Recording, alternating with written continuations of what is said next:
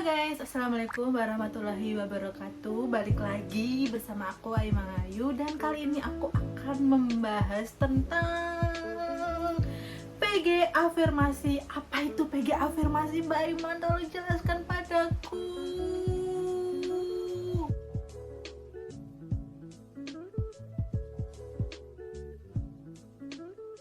Oke, tenang, sabar. Sebelumnya aku bahas ini tuh karena kalian banyak yang DM, banyak yang tanya juga. Asing banget, apa sih itu PG afirmasi? Kok aku baru denger sih itu penjelasannya dong, minta tolong. Nah, pada kesempatan ini karena penjelasan ini tuh kayak nggak bisa ya kalau semisal nggak aku videoin di konten YouTube aku, karena aku jarang banget kan bikin konten YouTube, ya paling cuma di IG, TikTok aja kan, seperti yang kalian ketahui sendiri. Nah, hari ini khusus untuk teman-teman semuanya, aku akan menjelaskan tentang PG afirmasi itu apa, gambarannya seperti apa, dan contoh seperti apa. Jadi gambaran kayak tahun lalu itu nanti aku akan memberikan case pada kalian, apa itu PAL, apa itu PL, dan lain sebagainya. Nah, sebelumnya kalian yang belum subscribe, silahkan subscribe dulu dong. Lalu jangan lupa like dan share apabila video ini bermanfaat. Oke, lanjut aja guys, aku sambil baca ya, karena nanti aku kalau salah takut aja sih. Jadi pada intinya PG afirmasi itu adalah passing grade yang dikhususkan untuk peserta daerah tertentu sebagaimana diusulkan oleh kementerian atau lembaga penyelenggara sekolah kedinasan. Nah, ini bisa kalian cek pada keputusan Menteri Pan-RB nomor 93 tahun 2022. Di situ tuh sudah dijelaskan gitu loh, apa itu tentang PG afirmasi, tentang nilai ambang batas sekolah kedinasan itu sendiri. Nah, bagi yang masih awam banget penjelasan secara yang bisa mudah dipahami kalian lah tentang PG afirmasi itu sendiri, aku akan mencoba untuk menjelaskan kepada kalian.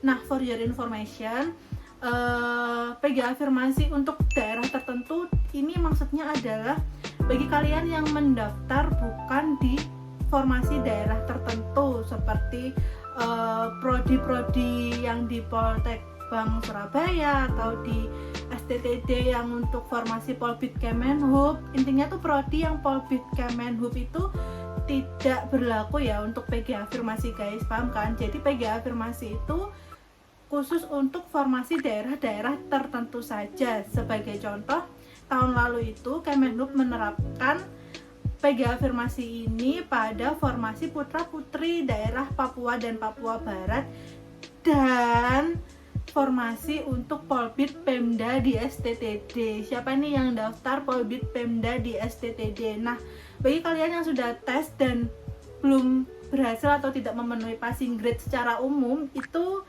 jangan khawatir dulu ya, mungkin kalian ada kesempatan melewati PG afirmasi ini. Seperti itu guys gambarannya. Jadi tolong dicamkan baik-baik bagi kalian yang mendaftar, si pencatat ya ini khususnya, karena aku di sini membahas tentang Sekdin Kemenhub aja. Untuk Sekdin yang lain nanti ya menyesuaikan, nanti akan aku bahas dikit-dikit.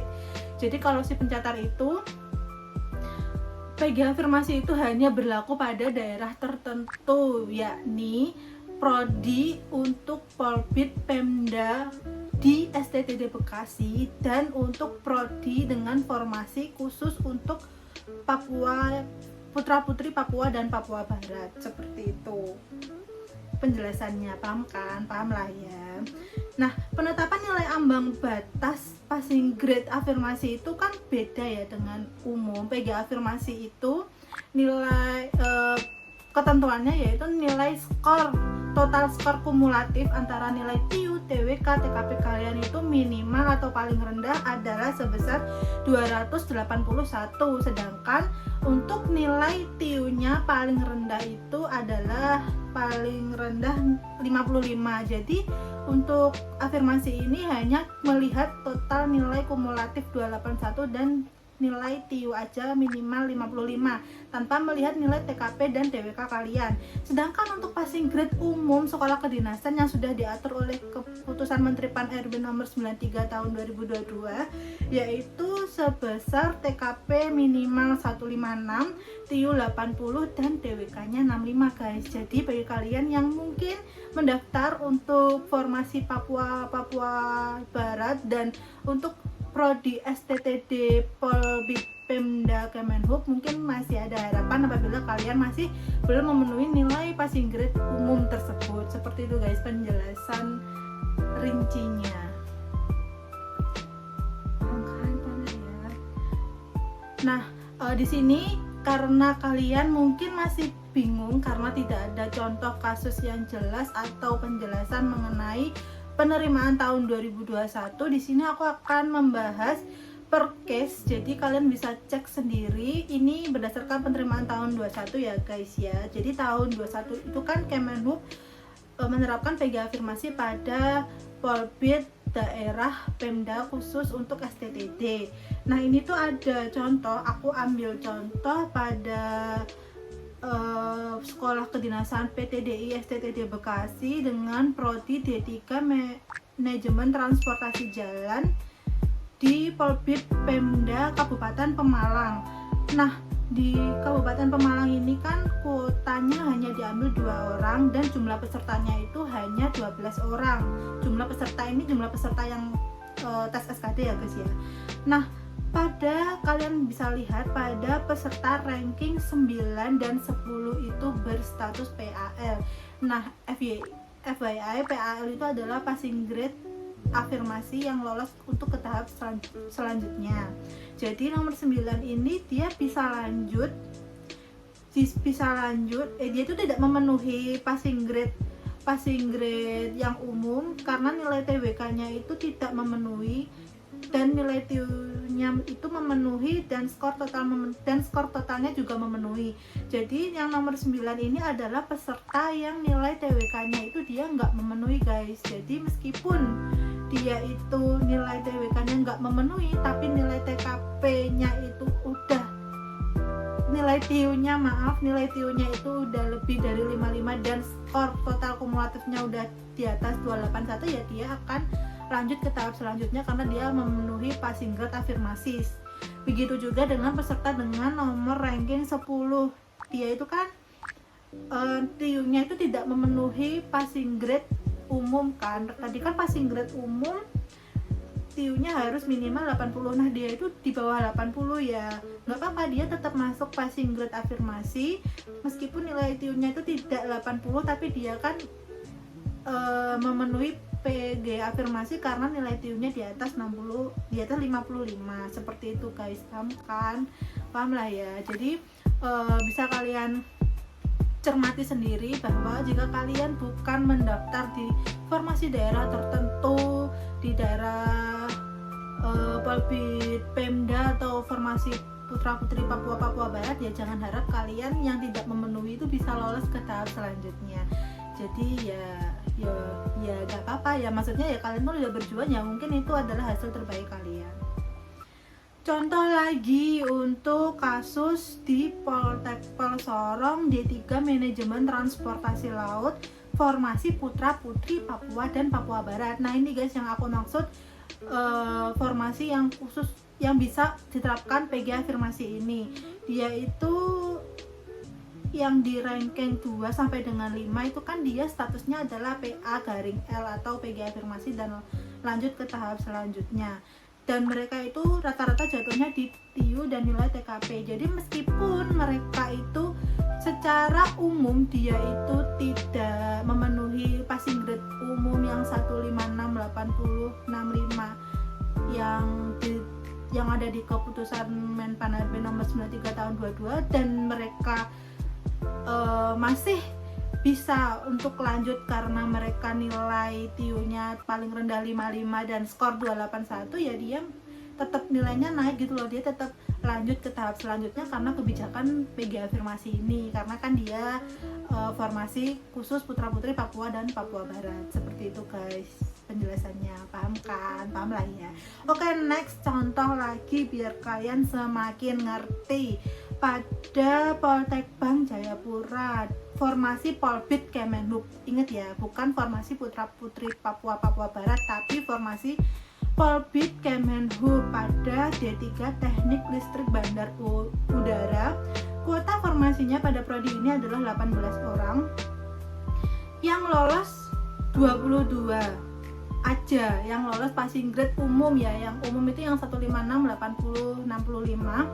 Dan yang ranking 23 itu jatuhnya itu di TWK, paham kan? Di sini kan nilai TWK-nya nggak sampai 65. Karena dia 60, meskipun nilai TIU-nya 120, meskipun total skornya itu 354 ya, dia tetap nggak lolos ke tahap selanjutnya dan tidak terdaftar atau tidak ikut passing grade afirmasi karena dia merupakan Polbit Kemenhub. Ya udah, berarti dia nggak lolos gitu, nggak lanjut ke tahap selanjutnya. Seperti itu guys contohnya. Jadi bagi kalian yang mungkin daftarnya di Polbit Kemenhub, ya jangan harap kalian nggak lolos passing grade ketiga submateri ini akan lanjut. Itu ya jangan harap kalian udah nggak bisa gitu, nggak ada harapan lah istilahnya. Jadi nggak usah berharap. Aku ngomong kayak gini agar kalian nggak ngerasa di PHP ya, kayak oh masih ada kesempatan nih, enggak ya guys ya. Jadi memang karena kalian submaterinya ada yang nggak memenuhi passing grade dan kalian daftar Polbit Kemenhub, ya udah mungkin bukan di sini jalannya, seperti itu. Oke, semoga penjelasan tentang PG afirmasi ini dapat dipahami khususnya bagi teman-teman yang belum tes dan yang mendaftar di Sekdin Kemenhub atau Pejuang Si Pencatat 2022. Jadi bagi yang belum tes, usahakan kalian raih skor tertinggi semampu kalian, yang paling optimal yang bisa kalian dapatkan. Ya perjuangkan itu gitu loh, maksudnya kan ini kan perhelatan ini kan nggak setiap bulan ada, ini kan setiap tahun kan, setahun sekali gitu loh.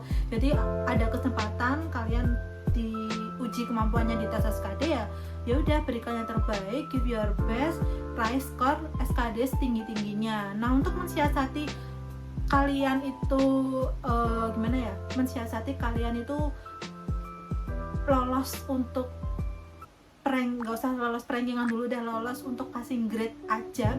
Itu kalian bisa telaah, maksudnya kalian waktu mengerjakan itu kalian cek dari nilai TWK misalnya, karena nilai TWK itu kan minimal 65 ya, itu kan ada 30 soal ya, pastikan dari 30 soal itu kalian menjawab 13 TWK benar. Jadi kalian harus benar-benar pastikan kalian itu menjawab soal TWK sebanyak 13 butir soal itu benar semua gitu loh, tanpa ada yang ragu-ragu sedikit pun. Nah sisa dari soal itu yang 17 soalnya gimana kak? Ya udah, maksudnya dari 17 soal itu ada yang ragu-ragu, ya monggo gitu loh. Yang penting kalian dari 13 dari 30 soal ini kalian yakin kalian mampu. Kalau untuk TKP, untuk TIU dulu, nah TIU itu kan total butir soalnya ada 35. Nah kalian harus benar-benar memastikan kalian itu menjawab 16 dari 35 soal TIU itu benar. Jadi benar-benar kalian pastikan 16 soal yang kalian kerjakan di sub TIU itu benar. Nah untuk yang TKP itu dari 45 kalian menjawab, skor maksimal kalian akan mendapat skor 5 itu ada 32 soal. Jadi benar-benar kalian cermati TWK 13, TIU 16, TKP 32. Jadi benar-benar harus kalian gimana ya? Aku optimis, aku yakin jawabanku itu benar. Aku yakin jawaban aku itu yang pokok minimal ini aku sudah memenuhi. Nah yang lain ya syukur-syukur kalian bisa menjawab semuanya, syukur-syukur kalian bisa menjawab dan mendapatkan skor lebih dari 450, itu kan bonus ya. Yang penting kalian itu berusaha dulu gimana caranya kalian lolos passing grade ketiga sub materi ini. Ya percuma kalian nilainya tinggi, misal TKP tinggi 180 misal kalian TKP 180, TIU nya kalian mendapat 120, TWK kalian malah 60, kan kurang satu soal aja untuk mendapatkan skor 65, itu kan sayang banget kan. Jadi meskipun skor kita udah skor total nilai kalian tinggi tapi di satu sub materi kalian kurang satu soal aja, itu ya nggak bisa gitu loh. Jadi kalian harus benar-benar optimalin gimana caranya kalian harus lolos passing grade dulu, barulah kalian nanti upgrade setinggi-tingginya skor nilai SKD kalian untuk lolos ke tahap berikutnya, karena kan nanti ada tahap rankingan juga kan, seperti itu guys. Jadi bagi kalian yang belum tes, jangan fokus terhadap nilai teman-teman kalian, jangan fokus terhadap FR yang beredar di Telegram, di YouTube dan sebagainya. Fokus pada diri kalian, bagaimana kalian mendapatkan nilai lulus dengan seoptimal mungkin, semampu yang kalian bisa, berjuang sehebat mungkin, barulah nanti hasilnya kalian pasrahkan. Kalian ya udah lillahi ta'ala aja, ikhlas step by step gitu loh, paham kan maksudku. Jadi good luck, sukses untuk kalian semua. Jika ada yang ingin bertanya atau aku pengen bahas konten next aku bahas di YouTube aku tentang apa, kalian bisa drop komentar kalian di bawah sini. Dan aku mohon maaf kalau semisal ada salah kata dalam konten ini atau ada yang belum jelas, silahkan kalian tanyakan juga. Oke, terima kasih. Assalamualaikum warahmatullahi wabarakatuh. Bye bye.